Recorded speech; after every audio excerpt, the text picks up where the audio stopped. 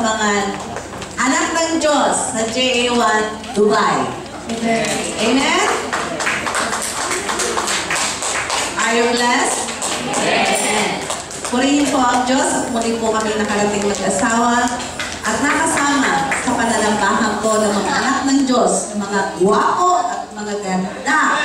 Lalo pinagagawapo at pinagaganda ang mga anak ng Diyos. Amen daw.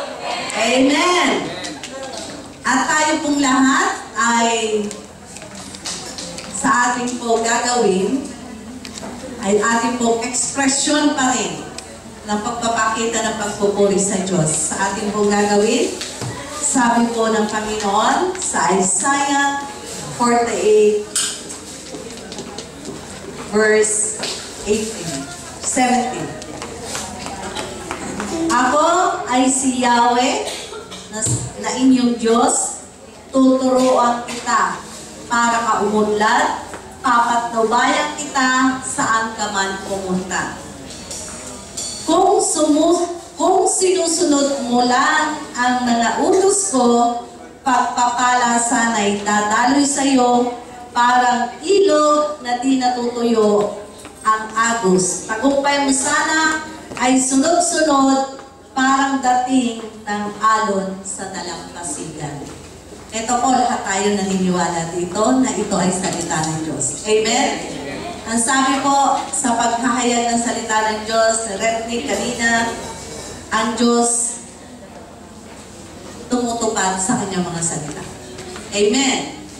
Sa lahat po ng deklarasyon nyo, napakadali po natin nasabi kanina. Pero po tandaan natin, yung pong pangako ng Diyos, ibinigay sa mga anak niya. Hindi lang basta anak, masunurin anak. Kaya sabi po sa salita ng Diyos natin dito binasa, kung sinusunod mo lang ang mga utos ko, pagpapala sana'y dadaloy sa iyo. Parang ilog na di natutuyo ang agos, tagumpay mo sana'y sunod-sunod, parang alon sa dalampasigan. Sino gusto na walang patid ang agos ng pagpapala at tagumpay? Amen. Ano ang susi? Pagsunod. Kapag hindi sumunod, alam nyo ang kapalit. Si Lord po nagsalita sa ating kalagitnaan. Hindi po ako. Binasa ko lang yung salita niya. No po, walang sino mang pastor o sino man nagsasabi, ang nagsasabi ang Diyos sa harapan natin ngayon. Kung sinusunod po ang salita ng Diyos, ang pangako niya yun. Kung sinusunod mo ang kautusan ko, ang pagpapala dadaloy para ilog na hindi natutuyo at ang tagumpay mo sunod-sunod. Kaya ni Lord na bukas baguhin ang lahat. Sa trabaho mo. May imposible ba kay Lord? Wala. Walang imposible. Hindi mo makita ang future partner? Si Lord.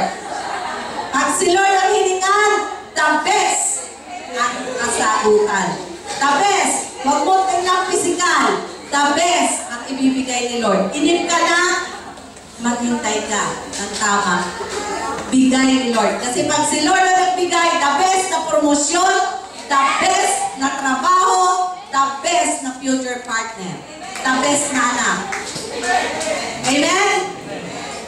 Kaya po, lagi hindi lang sa pagtanggap, madali pong sabihin. You have to be careful sa pagsasabi at paghingi at pagnangako sa harapan ng Diyos.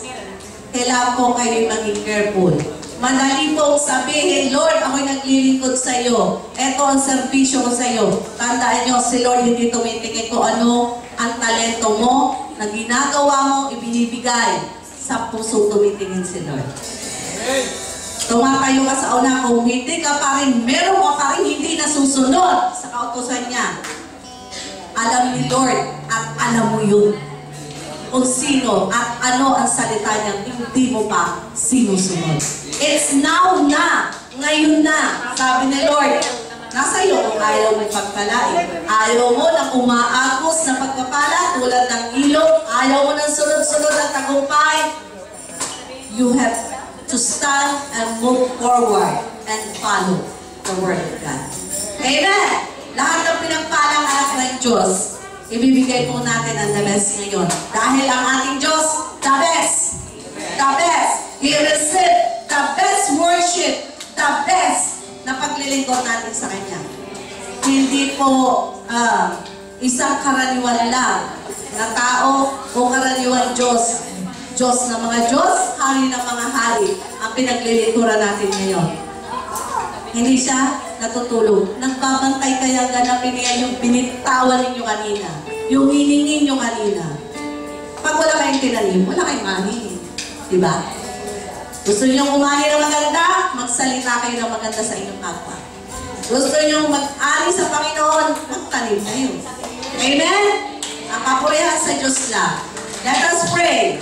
Father God in heaven, we thank you so much for giving us the chance this morning to worship you in spirit and truth. Thank you, Lord, sa pagsama mo sa aming kalagitnaan. Thank you, Lord, sa paghipo mo isahan sa puso ng iyong bayan, Panginoon. Alam ko, Panginoon, may ginawa kang dakilang bagay sa puso at buhay ng bawat isa.